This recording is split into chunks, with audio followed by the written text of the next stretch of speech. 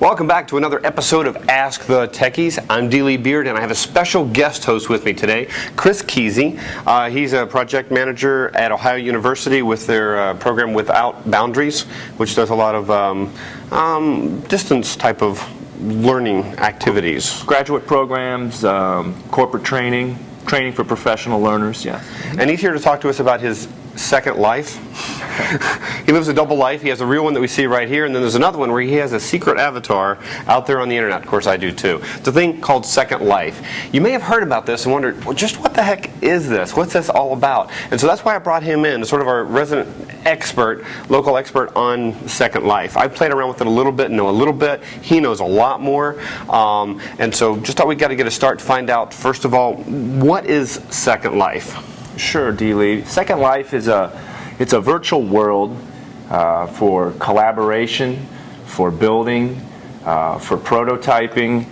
It's a space where pretty much anything you can imagine is possible. And if you haven't seen the website, secondlife.com.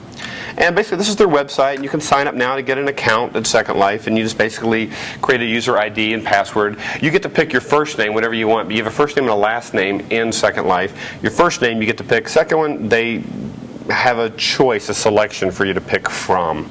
And basically you can sign up and do it, or you can go down to download their program, right here under downloads. And you can see that it's a very OS-friendly application, and that you've got choices for Windows, even Vista, and Mac OS X and Linux. So very friendly. Let me go ahead and launch it. Just little hand icons with the icon they have for the Second Life browser. Pops you up, and then down here you put in your first name, your last name, and you can tell it to remember your password to make it a little bit easier for you if it's your own computer. If it's a public computer, make sure you uncheck that box. Absolutely. Otherwise somebody would be logging in as you and creating havoc, giving you a bad reputation. Wasn't that one of the Superman comics once? No, anyway. So anyway, you can just click the connect button. I'll zoom in just a little bit here to show you what this is like. And there's where I mentioned the first name. I chose Intilza. Anyone out there have an idea what that means? Just send me an email, because it means you're also a fan. The second part is, that's one of the choices they gave me. I chose Volti, because it was very close to the second part of the name of the person I was attempting to be in Second Life. Have you met any relatives yet? No. With the same last name? Oh, that would be interesting. I haven't yet met any relatives of mine. Okay. I've met relatives of an associate I work with. Okay. Yeah. But anyway, that's mine. And then you put in your password, and then you click on the connect button. And then you see this little progress bar as it loads it, because it has to load this 3D image. And sometimes when you load it, it sometimes has you bald or naked, or trees don't have leaves, because it has to take a minute for it to render all of those graphics through the network onto your computer and then for your graphics card. It can be a little shocking the first time you're standing in the middle of your avatar is rezzing and you're standing there naked in a group of 5 people. Yeah. Suddenly you're going, ooh. A little shocking. And there we are. Now we can kind of see the campus. And up here in this corner here is a little mini map. And of course, if you want to see more of it, you can always draw it and stretch it, move it over to another side if you want to. So it's movable, which is really nice. I don't really need it that big. But the little green dot represents me. You're the yellow. I'm the yellow dot. The green dot is someone else who's in Second Life. And if I take the scroll wheel, I can actually, on my mouse, I can just pull back or zoom in to take a look from my perspective.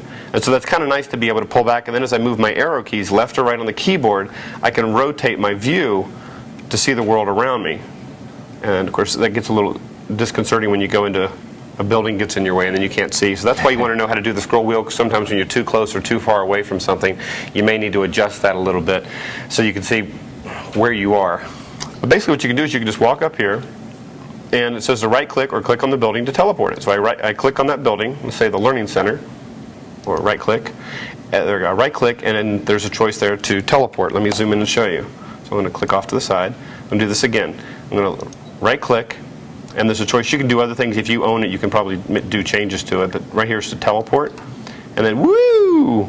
And I realize I'm suddenly somewhere else. Now you notice how this is all having to render. It's not seeing it very well. It's having to draw in all this stuff. I can see through this building, and I really shouldn't be able to see through this building.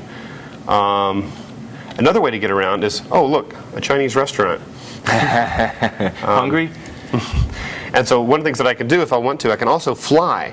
Now I don't know if you know of another keyboard shortcut, but I use the page up or page down key to fly. I don't know if there's a shortcut for the laptop. On the laptop, function, or I use a Mac, so it's function, and then your arrows are your page up and page down. So yeah, that's what it is on my laptop. But if you do that, it lifts you up. If you just do it once, it just pops you up, and then you fall right back down. Hopefully you guys got to see that. I'll zoom that in one more time so you can see. I'm going to hit the page up once, and that's a great way to kind of hop over something, and you come back down. If I do it again, and then I hit the forward arrow, it moves me forward, and then I come down in the bushes. Now I can also choose to sit down. If I right-click on an item, I could choose to sit. And of course I can't see myself very well, but if I rotate, then I can. And so there I am sitting, and then I can right-click and say stand up. All right.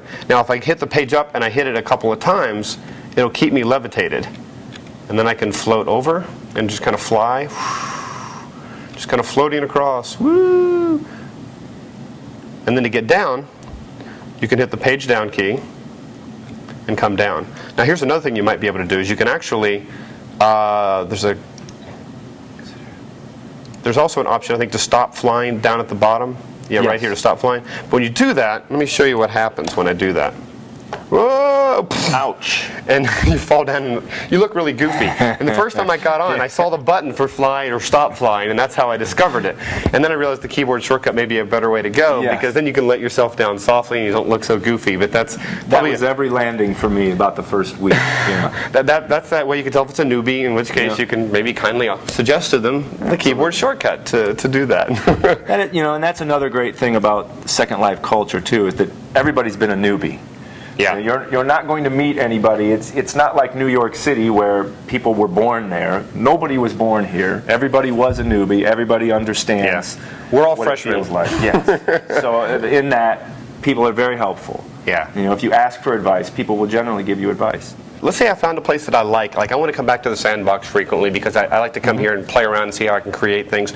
Can I like bookmark this sort of thing? You certainly can. If you go up to I believe it's under World, and then create landmark here. Okay. Now you've created what's called a landmark to the Ohio University Second Life campus, and it's actually even created a landmark to the specific coordinates where we are right now. So, and now that will appear in your inventory under landmarks. So just go ahead and then close out of it? Mm-hmm. Okay. So if you go to your inventory now, under landmarks. My inventory, landmarks. There it is. There it is. Let me zoom in so you guys can see that. There's the Snickers bar, by the way. Yeah. And there's the landmark. So when I want to go there, I can go there. Yep, you just click on that and it would come up and then you would teleport.